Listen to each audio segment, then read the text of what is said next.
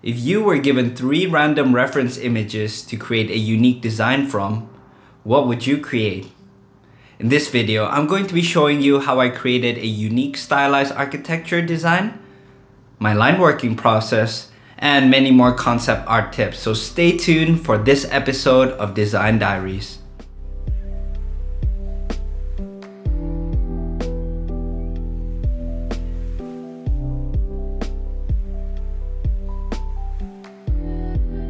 Hey guys, I'm Jordan Tuffin, and I'm an art educator, passionate foodie, and also a concept artist that's working for the games industry.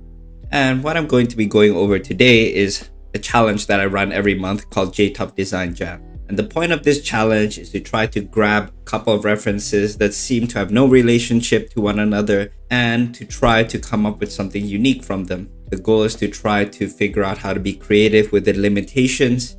So with this particular challenge, it actually gave me a little bit more of a challenge compared to some of the other ones.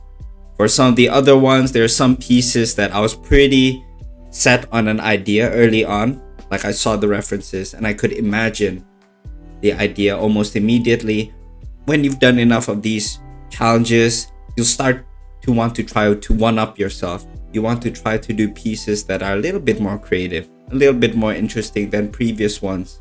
It's not always the case that you have to do that, but I think that's a little bit of my toxic trait, is when I try to constantly one-up things, which is fine and all. I think with these challenges, you can do whatever you want with it, whether it's to have fun, to hone a certain skill. But I feel like for this one, I really wanted to see if I could do a design that was a little bit more unique than maybe taking the third reference and just copying the architectural style. In one of my previous videos, I talked about how one of my favorite techniques is to actually take things such as furniture and turning it into architectural designs. And you can see me previously, I was really struggling actually to come up with a unique shape. So I tried to do an Uno reverse card on that. I tried to come up with a prop design from some of the architectural elements. But when you try to use the whole architecture and every single part of it, my analogy is like cooking. There's going to be parts of the ingredients that you discard. Some of them will be more valuable in certain contexts. Some of it you might need to discard. But for another dish,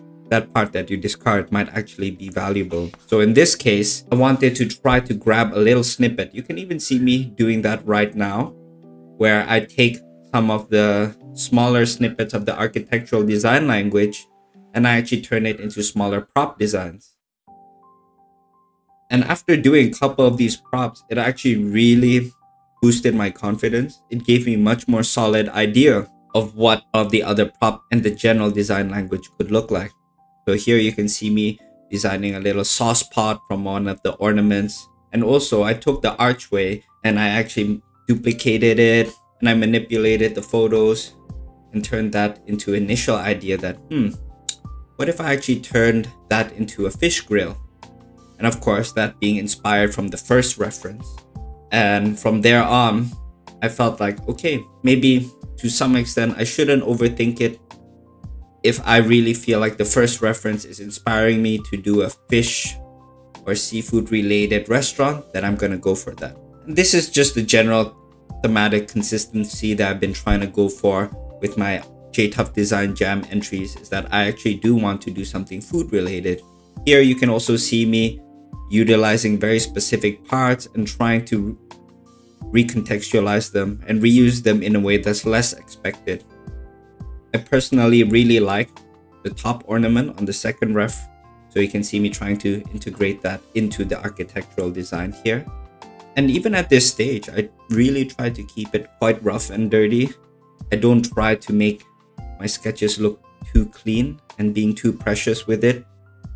In fact, this is a stage of the process that no one else really has to see. And I'm trying to show you guys it's okay. And in fact, it can even free you up to be a little bit more open with the ideas and to allow you to focus on it without being too caught up with fundamentals and trying to also get perfect lines. But at this stage, you can see me trying to experiment a little bit more with that arch shape that I really liked in the fish grill that I designed. So this kind of approach is what I like to call a micro to macro approach. By designing something that's a little bit smaller in the scene, so for example, the fish grill, and some of the sauce pots, and even some of the fish drying rack, I'm able to extrapolate that onto bigger things as well. So you can see me now applying it to something larger, such as an architectural design language. Of course, the opposite of that is a macro to a micro approach, where you actually try to figure out the design language and maybe even something as big as an overall city layout before slowly zooming in and trying to do something like a prop design. Both are valid approaches, so whenever you're stuck, try to play around with different ones. And I didn't talk about this earlier, but one of the immediate thoughts that I actually had about the second references was that it really looked like all of those things that are dangling off of the character's clothing look like you could hang something off of it. And since I thought about doing a fish related concept or restaurant for this challenge, I thought it would be a great place to hang and dry fish, basically. And a lot of these kinds of food designs and even designs in general, I try to draw upon my personal experiences, and I'm trying to draw upon some of my childhood memory of eating out at food stalls. And growing up in Indonesia, it's very common. A very strong memory for me and a lot of other Indonesians, I'm sure, is hailing down the food vendor on the street and seeing them cook up satay right in front of your eyes, and seeing them preparing it, marinating the meat skewers, putting it on the hot charcoal grill, and even the strong smell of smoke. And of course, your clothes would get a little bit smoky after that, and you probably need a nice shower. But it's these kinds of experiences that really stick in my mind, and something that I still try to draw upon and even put into my pieces, because I really believe that's how you come up with ideas that are much more authentic to you. And I think it really shows in your designs as well. And of course, there's even going to be moments as well where you try to do something that's way out of your comfort zone. But there's going to be moments where I think it's important to try and indulge in something that we're more familiar with. And right now, I'm pretty much just trying to color everything in. And when it comes to the color palette, I'm not trying to reinvent the wheel too much. Just drawing upon some of the reference images that I have. And I think the general vibe that I want to go for is to try to do something that feels like it could be on a beachside, which I think would be a perfect location for this grilled fish stall. And I personally really like the texture of the jade fish from the first reference. And I do try to take my time with presentations. I really do think that it's similar to how food, for example, you can have the most beautiful and the most delicious steak, for example. But if you're putting it on a paper plate and you're trying to convince people that it's going to be a lot harder than if you plated it nicely. And similar to some of the other previous challenges that I've done, I decided to go into 3D for this. In fact, this is probably not a piece that I really needed to do in 3D, but I did have the intention of doing multiple views or even doing an interior shot. I think I was quite ambitious with this one. And honestly, I don't think it's a surprise that I think that's something that a lot of us as artists struggle with. We tend to get overly ambitious. We get overly excited that we bite off more than we can chew. And considering that during the time that I was working on this, I had a lot of other things on my plate, I think it's also a good idea sometimes to know when it's time to cut back on things. I wouldn't call it quitting necessarily, unless of course you're doing client work and you promised it, that's going to be a whole different thing. But when it comes to personal work, my motto and mantra is to keep it fun. And 3D is also a really great way to resolve a little bit more complicated forms, such as all these ornamentation on the pillar. But the nice thing is that when you do one thing, you can always repeat it throughout the scene in order to save the time. So this is where if you have a lot of these kinds of elements and you would have a lot more trouble doing it with 2D, then I think this will be a great candidate for 3D. And that comes down to experience ultimately, knowing what would be more efficient in 3D versus 2D.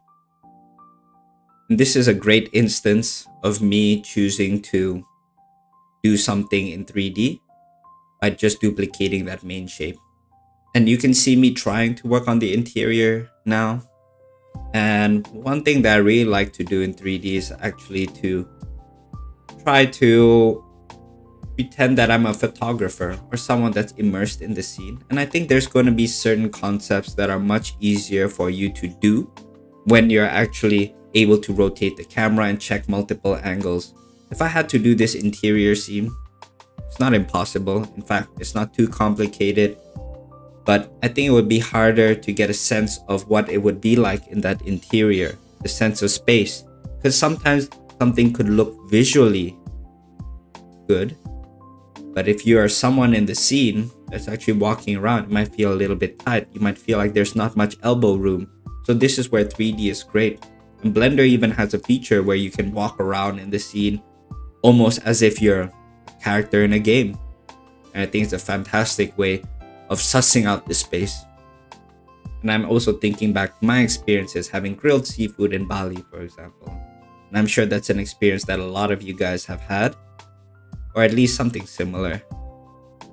Just being able to pick out your own seafood, choosing the kind of marinades that you want, and having them grill it. I personally really like that when I can see the chefs preparing the food. And it's something that I'm trying to also keep in mind as I'm working on this piece. You can see that near the fish grill that there's actually a bit of a sauce preparation station where they're gonna chop up the spices, descale the fish, marinate the fish in the spices, and then put it on the grill.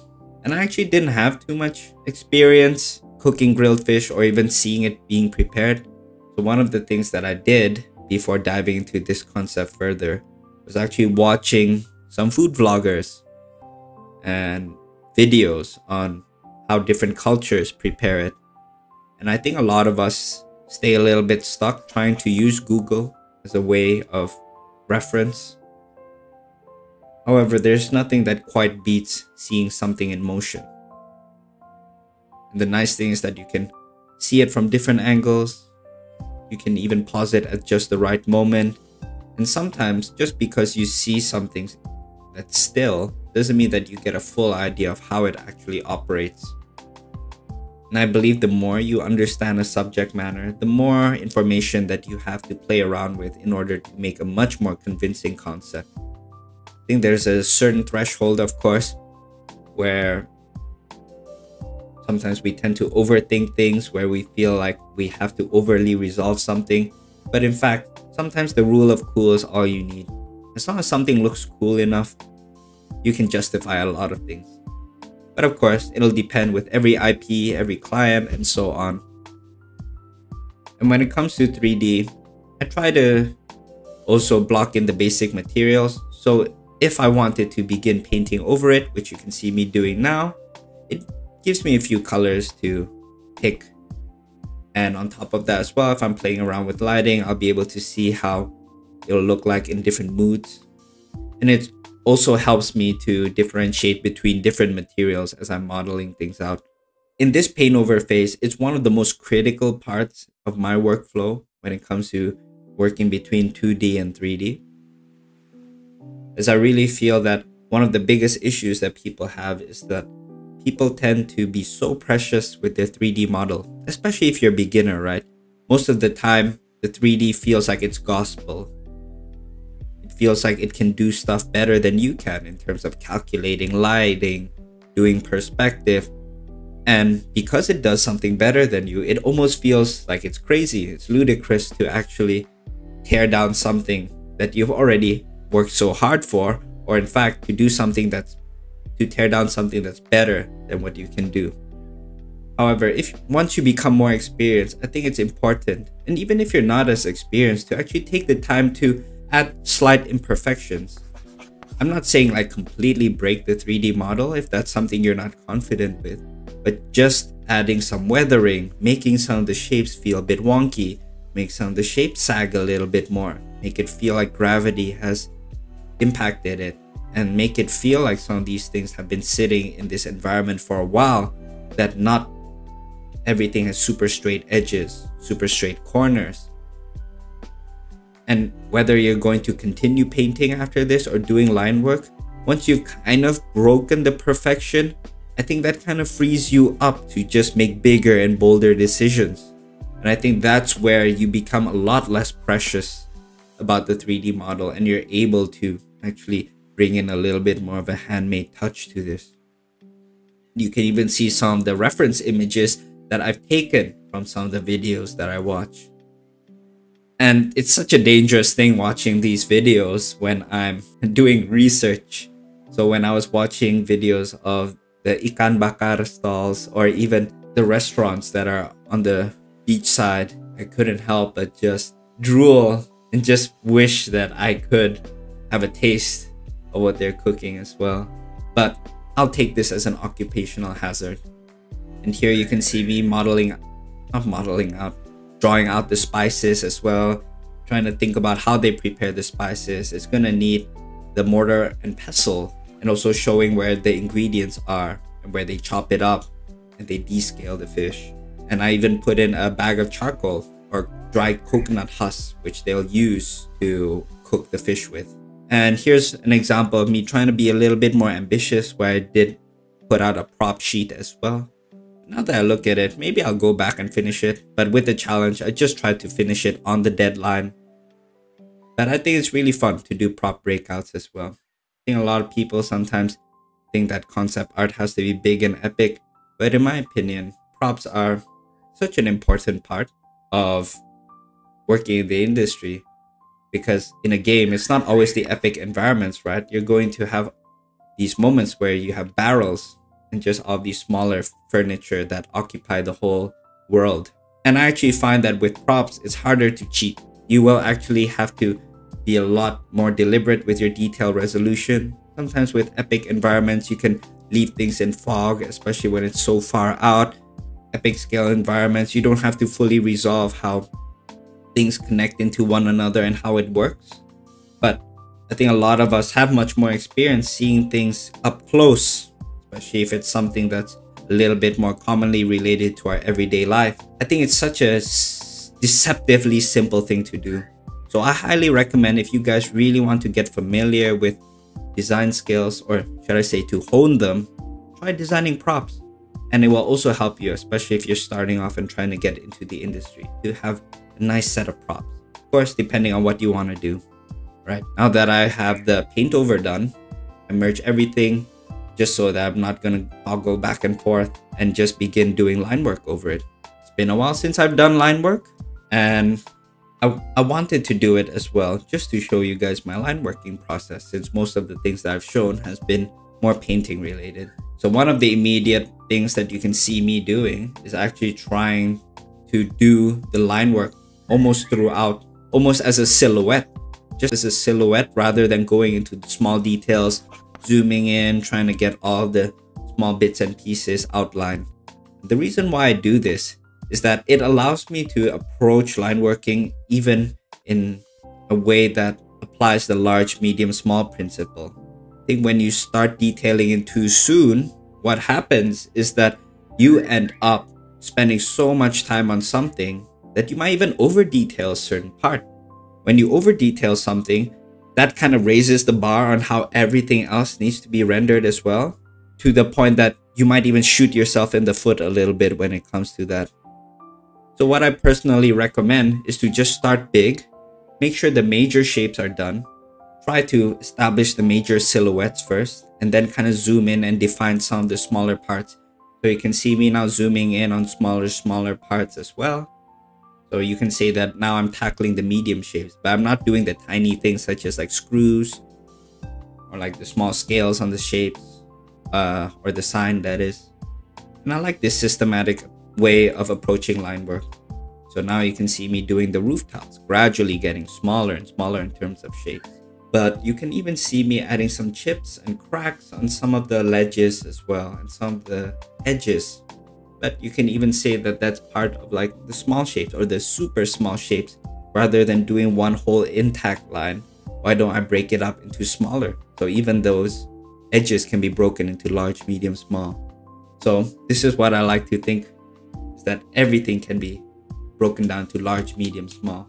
And I feel like that in itself can be a video topic on itself. All right, skipping ahead a little bit. Now you can see me implementing the line weight. For me, I like to try to split line weight into different aspects. So line weight can represent a bunch of different things. So one of the things that you can do, for example, is to show overlap. Objects that are closer are going to have darker line weight.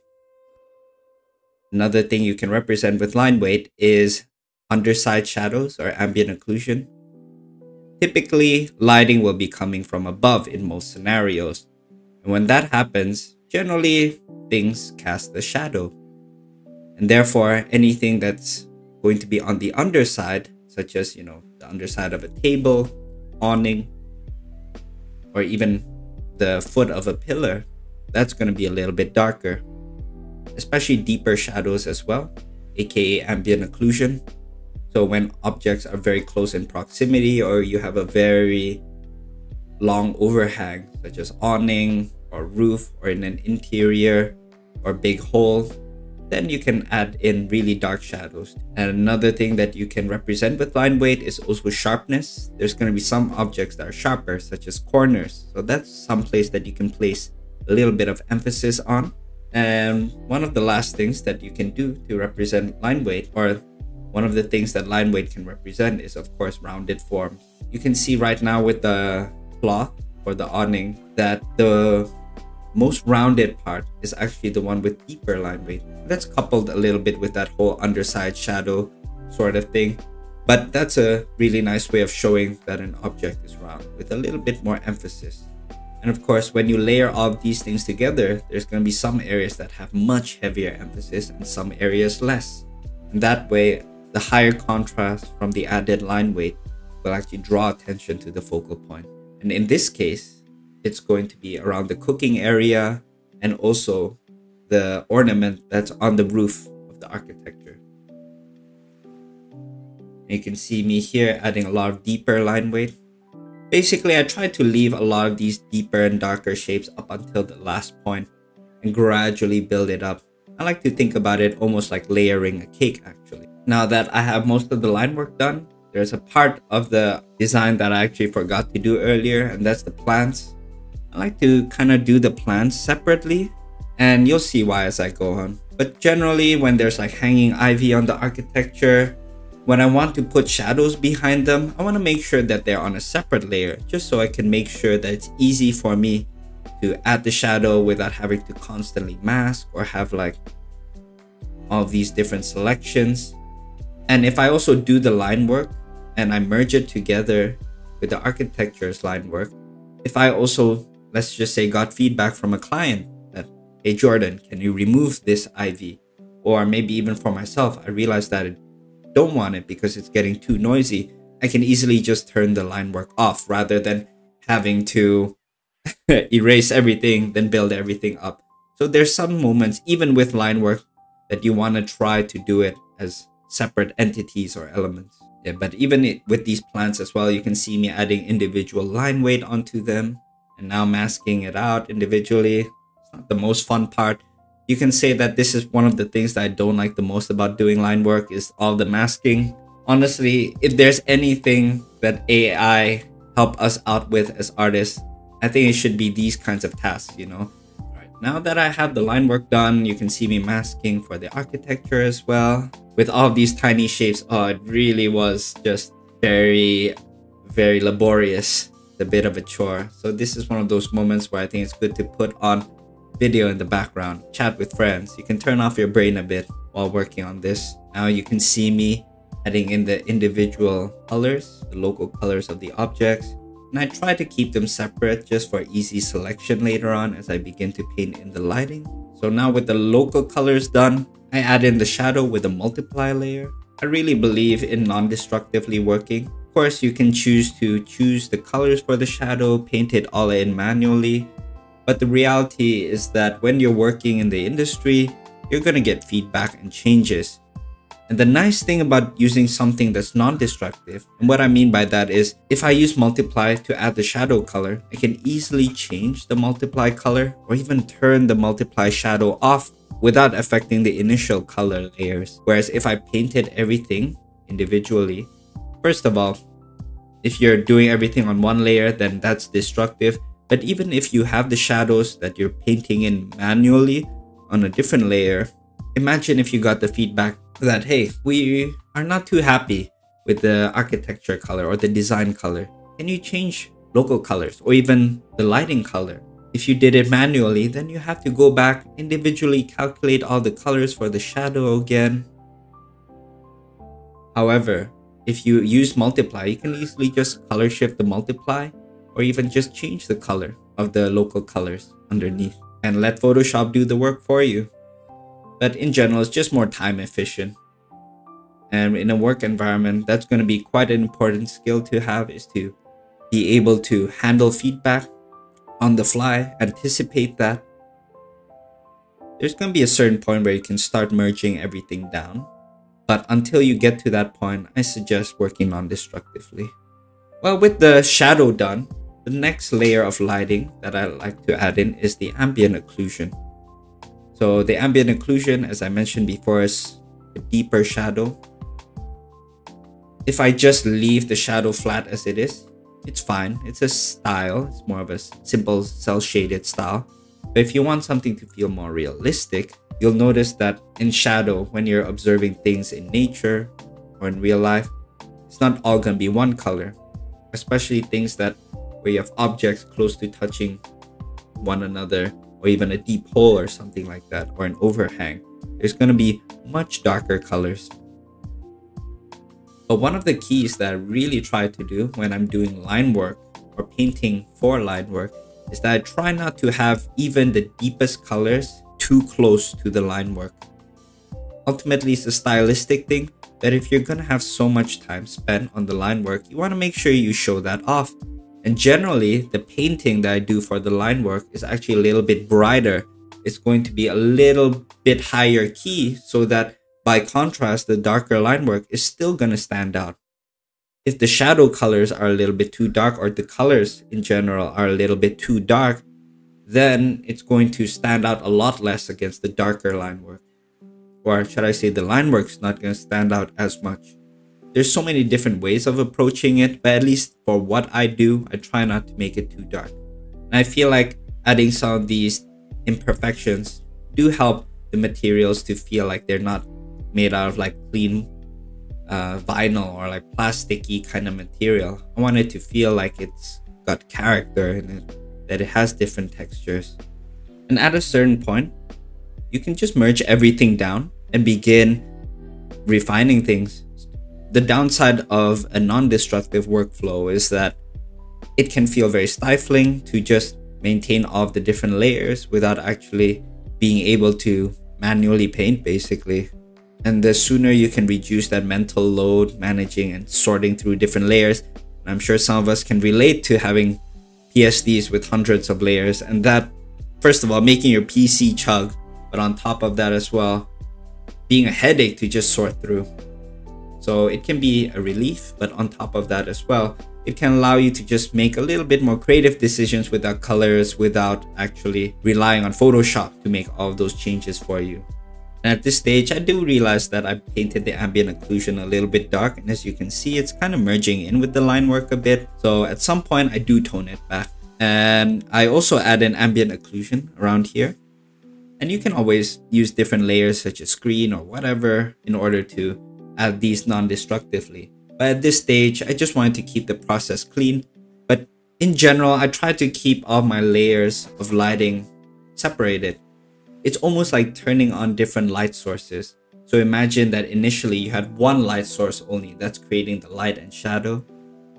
And then the ambient occlusion that naturally also results from you doing that initial lighting. But then you're going to add in some ambient lighting. Maybe that's coming from the sky, or maybe it's a secondary lighting. Maybe it's coming from a different light source. And when you actually think about this, visualize turning on one light source at a time, it's going to be much easier for you to identify why some of the colors are changing the way that it is. And also, it'll help you to, let's just say, if you're not happy with the lighting that you've added in, you can easily turn it off. Adding in the plants now. I probably should have added in a little bit sooner, but I kind of forgot they existed. And just adding in the finishing touches as well. And it's pretty much done at this stage.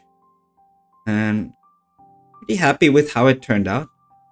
While I did decide against doing the whole prop sheet, I did still want to do the food dish, because I think it'll be really nice to show off the special dish that this restaurant called the Jade Fish creates. And it's their special sambal grilled fish. And the idea that I had behind it is that, this beach isn't just famous for its hot weather, but also its hot sauces that are slathered and their fish is marinated in. And of course, making sure that I have the perfect reference image for it. I think once again, it's pretty easy to take it for granted when you're designing something like, yeah, food, I see it all the time. But making sure you get the exact textures right, the texture of the sambal, or even textures of the grilled fish, knowing where the char marks are supposed to be, and also the kind of cuts that they use in order to make the marinade go through and seep into the flesh a little bit more easily. These are the kinds of touches that, if you're really passionate about a particular subject matter, you're going to kind of naturally know when the food dish looks like it's believable or not. But it can be any other subject matter. If you're very familiar with something, I think you're going to have that ability to put in these details that no one else can. And for me, my superpower, I guess, happens to be when it comes to food related concepts, drawing upon my many years of experience as a foodie to think about, what would make this dish delicious? What would make it look appetizing? Yeah, I'm happy with how the sambal came out. And I've been so obsessed with this rake brush recently. And it happens to be a perfect texture for showing off this chiseled look, and especially the striations in the banana leaf as well. And of course, similar to how I painted the architecture, I needed the ambient occlusion and also the ambient light as well, just to make it feel that much more appetizing. Just seeing all the glistening from all of that sauce that's been glazed onto the fish. And there you have it, guys. Here's the final presentation as well. And I hope that this concept has also managed to tantalize your taste buds. I'm going to be going over some of the designs from the community. It's so cool to see how everyone has interpreted the references differently. So without further ado, I'm going to be showing you guys the entries that the Jtuffdesigns community has done.